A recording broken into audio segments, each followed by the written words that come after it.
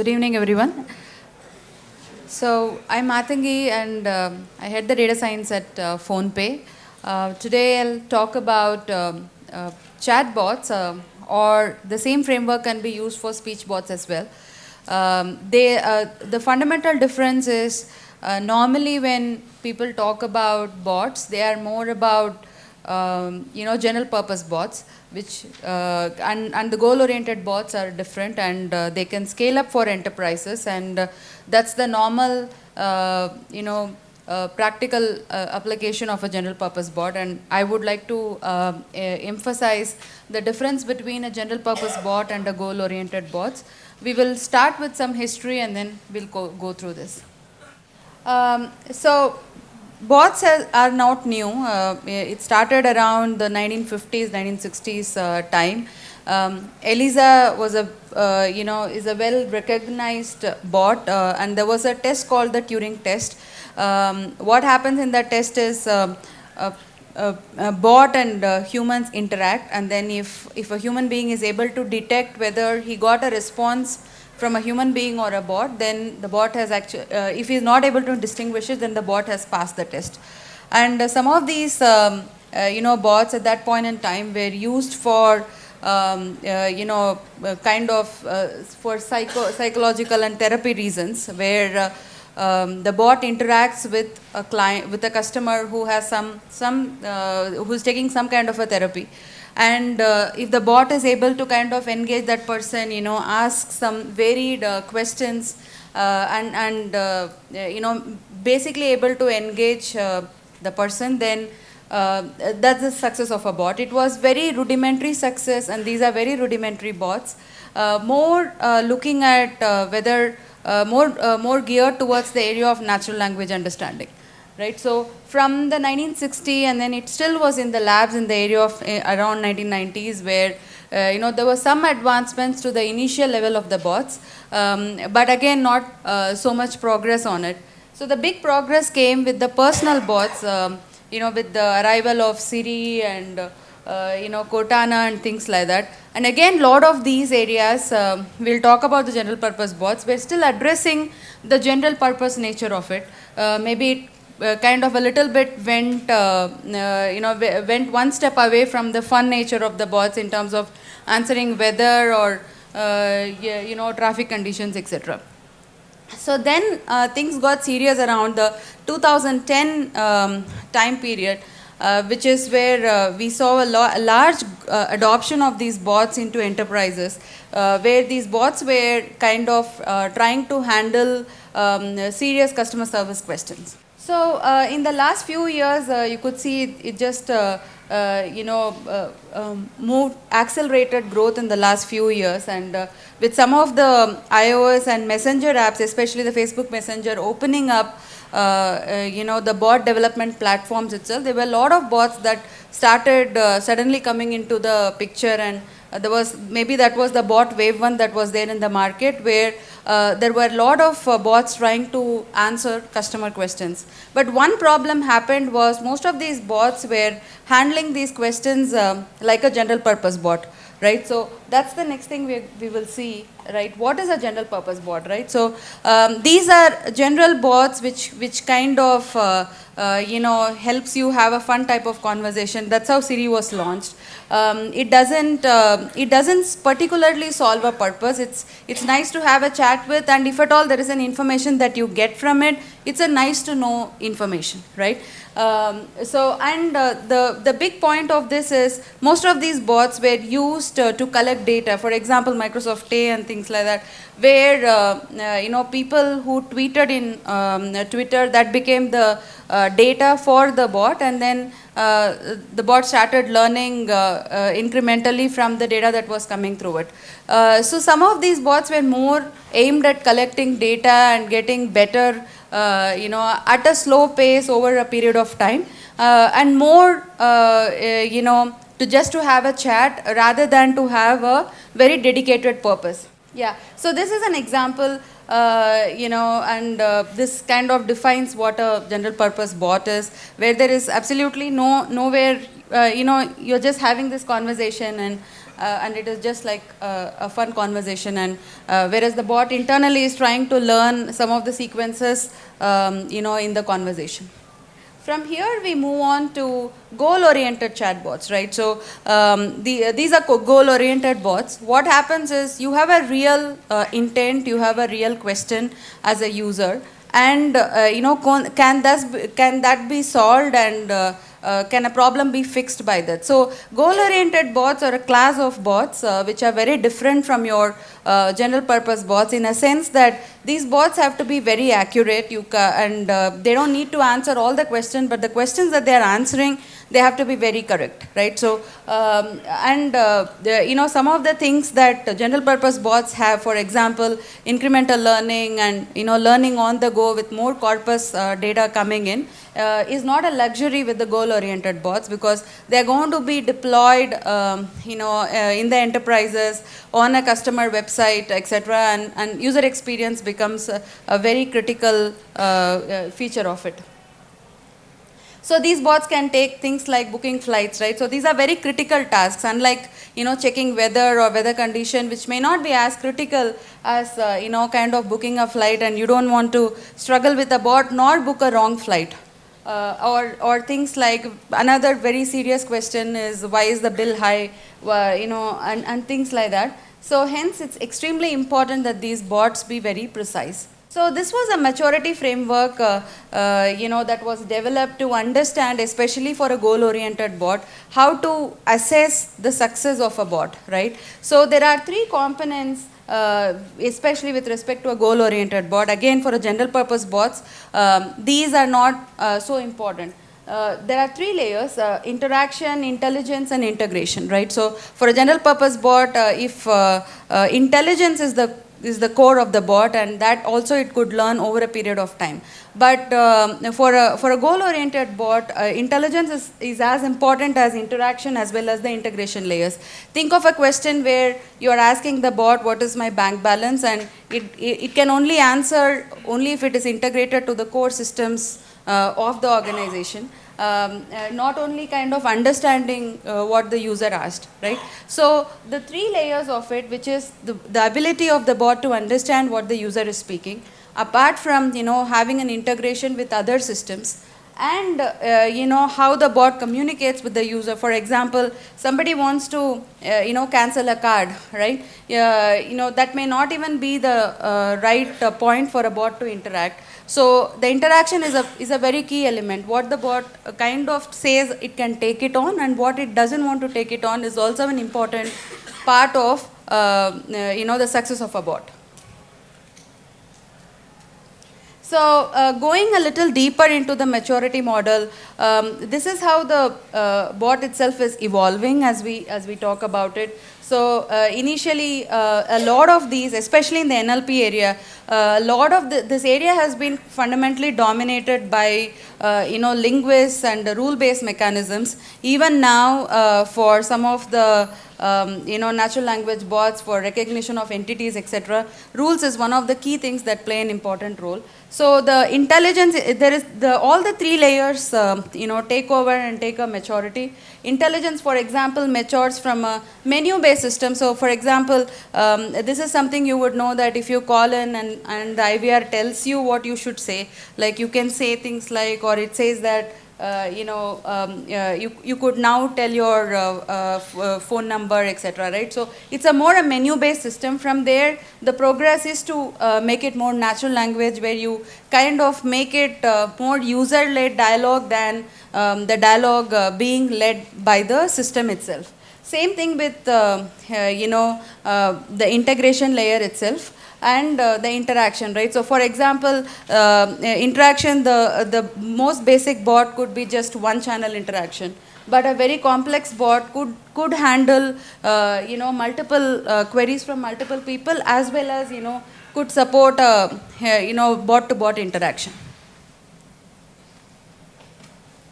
So we are kind of double clicking on how to build a goal oriented bot, and it is and the challenges around building a bot like this. Number one, when you, like I said, the most important thing of a goal-oriented bot is the fact that the organization should be willing to expose some of these to be in the, should be the right areas for a bot to handle, simply put. It can't be a thing like cancel my card kind of a question, or, waive my late fee charges. So those would be, not an appropriate use case. So that would be the number one thing. Followed by, you understand, okay, the bot understood, that's the intelligence layer. Now what should happen, like what should the bot say next? That becomes the workflow. And then once we identify this, then where should what should the model train the data on? And then the integration part of it, and then the final launch, go live and optimize. This is the general, workflow of how goal-oriented bot is built in practice.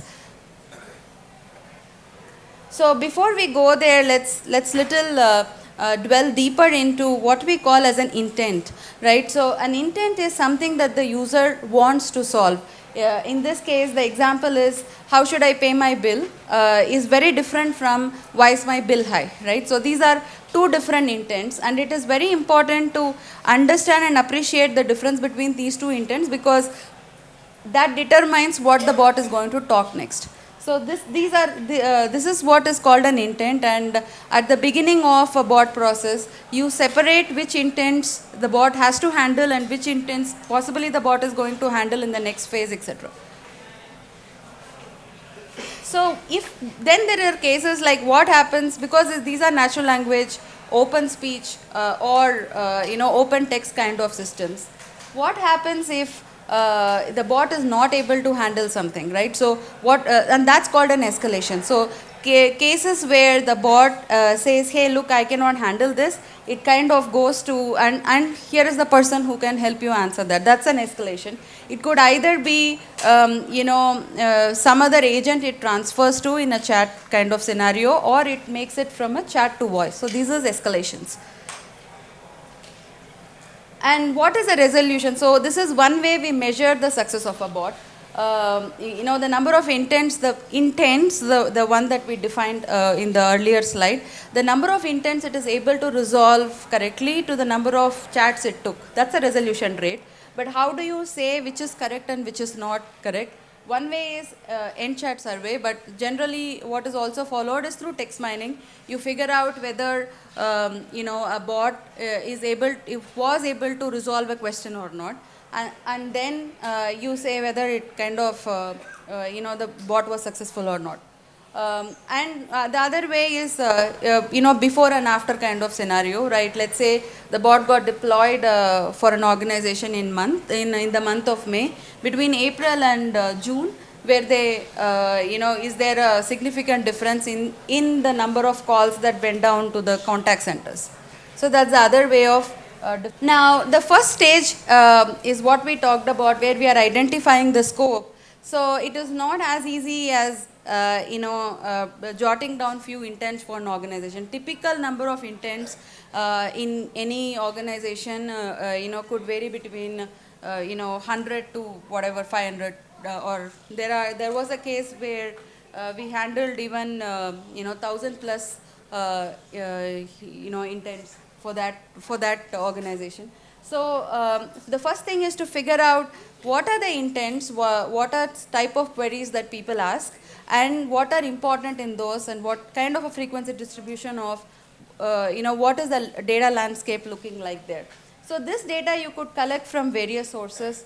It could be from, live chat of the historic live chat that the company has, or from call centers, or from from some forum data if there is nothing available, or from ticket resolution data, or if no data is available, which could also be most of the case.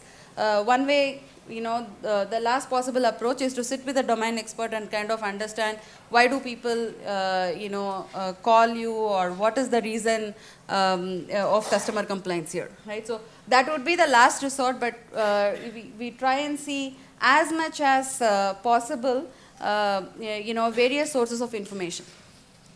that could give a significance on what are the intents and why do people contact the customer service.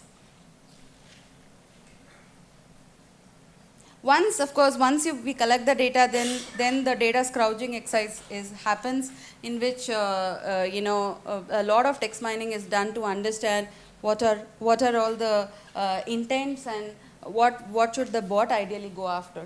Then after that, again another brainstorming exercise happens on what should be the workflow. If again historic data is available, then we can use things like RNN and all that to identify what the workflows could be, or it could be also done in a typical manual process.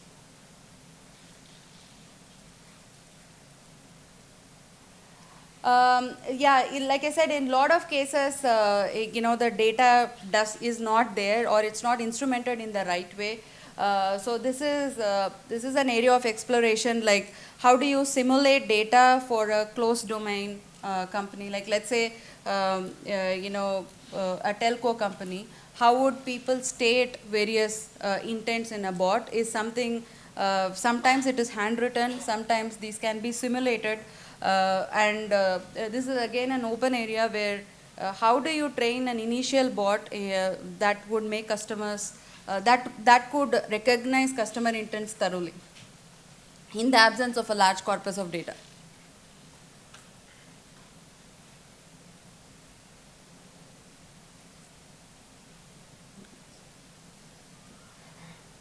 So then the process is, so then we do once we have a corpus of data and each of this data is labeled, then there is a supervised learning process that happens, in which the standard NLP processes happen. So there is a cleanup and removal, and then named entities are recognized and they are normalized.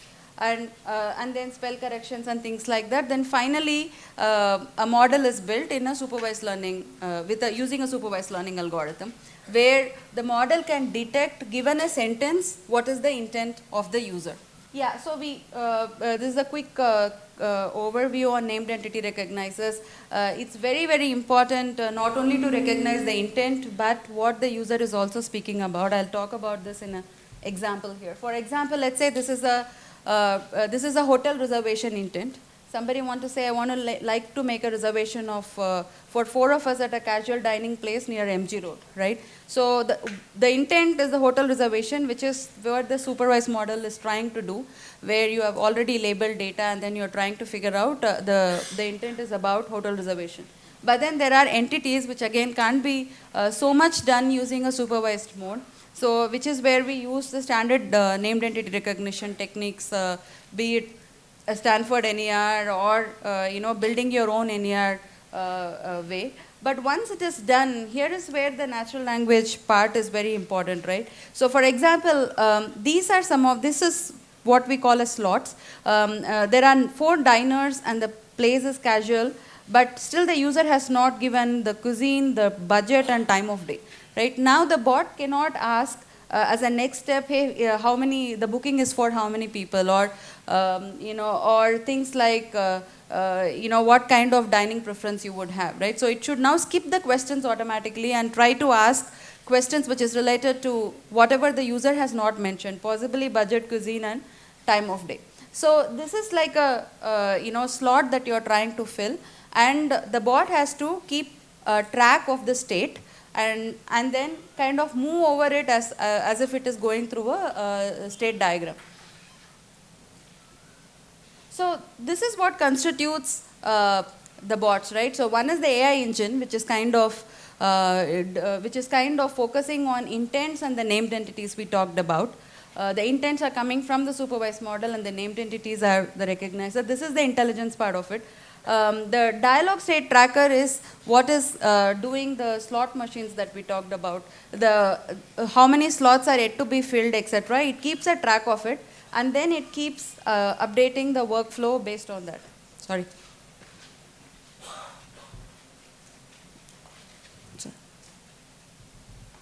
Yeah, and the dialog state tracker's job is that. So suddenly, let's say the user wants to have a change of place. So in this case, if the user wants to go away from MG Road, but book something near Brigade Road or etc. So the dialog state tracker is the one that is responsible for it. And the workflow manager is where you are kind of giving the policies, so to say, or what question to ask what. And dialog state manager and the workflow managers kind of work in tandem to make this bot look very natural, as if you are taking it from a human agent as compared to a machine. Going to skip this in view of time.